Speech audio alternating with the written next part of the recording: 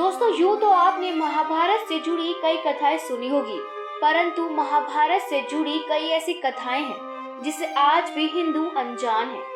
महाभारत में वैसे तो सैकड़ों श्राप और वरदान मिल जाएंगे, लेकिन 5 ऐसे श्राप हैं जिनका प्रभाव आज भी कलयुग में देखने को मिलता है।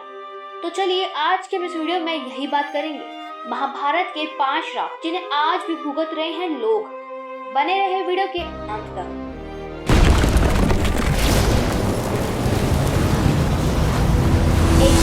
माइथोलॉजी मिस्ट्रीज में आपका स्वागत है। पहला श्राप जब श्री कृष्ण ने अश्वत्थामा को दिया था। महाभारत के इतिहास के अनुसार अश्वत्थामा ने धोखे से पांडव पुत्रों को मार दिया था।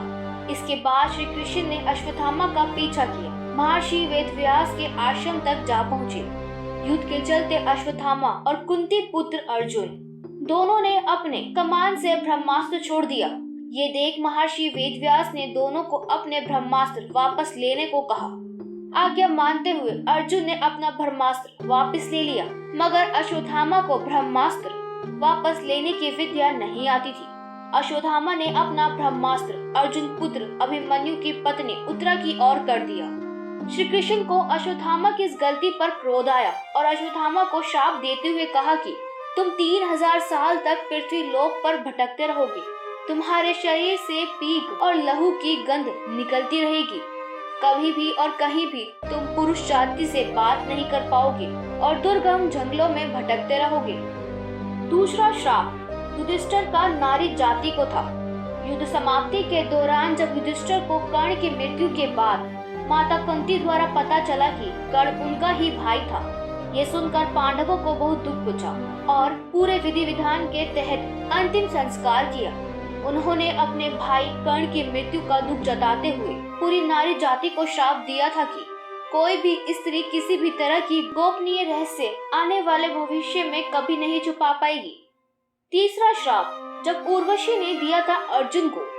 कुंती पुत्र अर्जुन जब दिव्यास्त्र की शिक्षा पाने के लिए स्वर्गलोक गए तो उर्वशी नाम की स्त्री उन पर आकर्षित हो गई, लेकिन अर्जुन ने उर्वशी जैसी अप्सरा को अपनी माँ समान बताया। अर्जुन की बात सुन उर्वशी के मन में बड़ा शोक हुआ और गुस्से में आकर अर्जुन को नपुंसक होने का श्राप दे दिया। श्राप देते हुए कहा कि तुमने नपुंसकों जैसी बात की है, अब तुम्हें मैं श्राप देती हूँ, तुम पूरे 1 वर्ष के लिए पुंसकहीन रहोगे। फिर उर्वशी वहाँ से चली गई। चौथा श्राप मांडव्य ऋषि का यमराज को।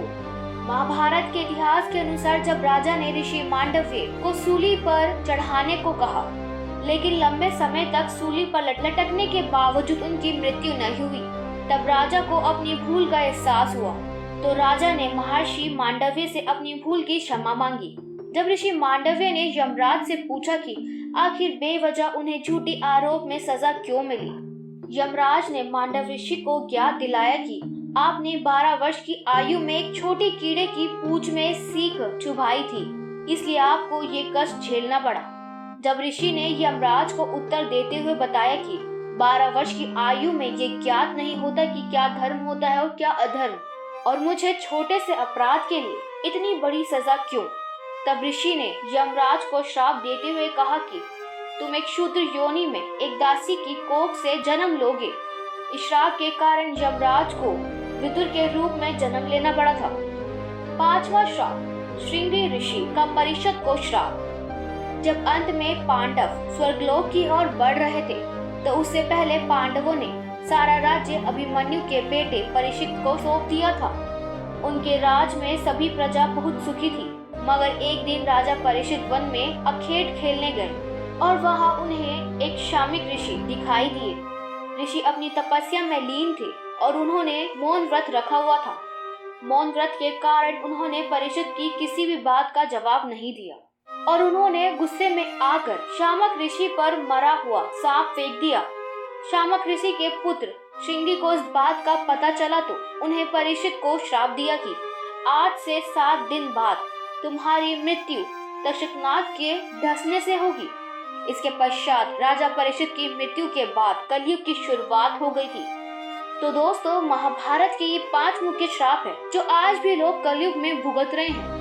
इस तथ्य को लेकर आपकी क्या राय है, हमें कमेंट में बताना ना भूलें। जानकारी पसंद आई हो तो वीडियो को लाइक करें। इस जानकारी को अधिक से अधिक लोगों तक शेयर करें। ऐसे ही तथ्यों को जानने के लिए चैनल को सब्सक्राइब करना ना भूलें। देखते रहे माइथोलॉजी मिस्ट्रीज।